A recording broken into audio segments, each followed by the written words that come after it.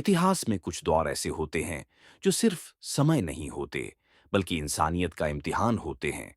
Yazid का दौर ऐसा ही एक इम्तिहान था। हिजरी सन 60, मुआविया की मौत के बाद इस्लामी दुनिया ने एक बड़ा मोड़ देखा। वो मोड़ जहां खिलाफत बादशाहत में बदलने लगी। यजीद सत्ता पर बैठा, तख्त मिला, लेकिन तख्त के साथ जिम्मेदारी 46 हिजरी नहीं आई। उसने हुकूमत को इबादत नहीं, विरासत समझा। यजीद ने चाहा कि हर बड़ा नाम, हर इज्जतदार घराना उसके आगे झुक जाए। बैत सिर्फ हामी नहीं थी, बैत जमीर बेचने का नाम था। डर फैलाया गया, तलवारों के साए में वफादारियां खरीदी गईं। खामोशी को वफा कहा गया और सच को बगावत। लेकिन एक घर था जहां खामोशी नहीं थी। वो घर था हुसैन इब्न अली का, नबी के नवासे, फातिमा के लाल, अली के बेटे। जिस घर से सच ने बोलना सीखा था, हुसैन ने देखा कि यजीद की बैत इस्लाम की रूह को जख्मी कर देगी, और उन्होंने कहा, मेरे जैसा यजीद जैसे को बैत नहीं दे सकता। ये इनकार सिर्फ एक जवाब नहीं था, ये एक ऐलान था कि हक झुकता नहीं। यजीद समझ गया, ये आवाज अगर बची रही तो तख्त हिल जाएगा। कूफा से खत आने लगे, एक, दो, फिर सैकड़ों। हर खत में एक ही बात, आइए हुसैन, हम आपके साथ हैं।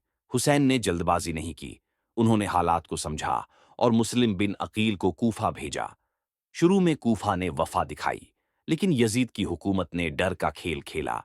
इब्न जियादा भेजा गया, तलवारें निकलीं, धमकियां दी गईं और वफाएं बदल गईं। मुस्लिम बिन अकील अकेले रह गए और कूफा खामोश हो गया। जब ये खबर हुसैन तक पहुंची तो रास्ता साफ था, वापसी का नहीं, कुर्बानी का रास्ता। हुसैन ने मदीना छोड़ा, घर, रिश्ते सब पीछे रह गए। साथ में थे औरतें, बच्चे और थोड़े से साथी। ये कोई जंग का काफिला नहीं था, ये सच का सफर था। करबला, जहां जमीन भी इतिहास बन गई। एक तरफ यजीद की फौज, हजारों की तादाद, हथियार, घोड़े और ताकत। दूसरी तरफ हुसैन, कुछ दर्जन लोग, भूखे, प्यासे, लेकिन अडिग।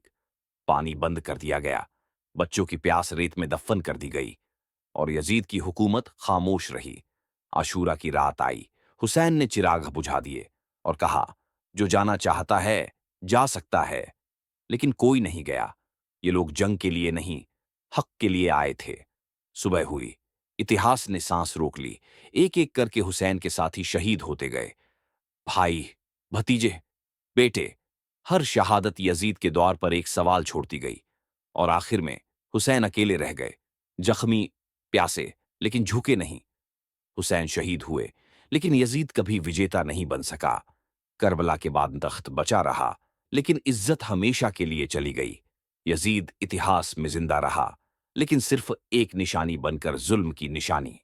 यजीद का दौर हमें ये सिखाता है कि तख्त वक़्त से मिलता है, लेकिन हक का कुर्बानी से जिंदा रहता है। और करबला इसीलिए याद रखी जाती है क्योंकि वहां हुसैन नहीं झुके।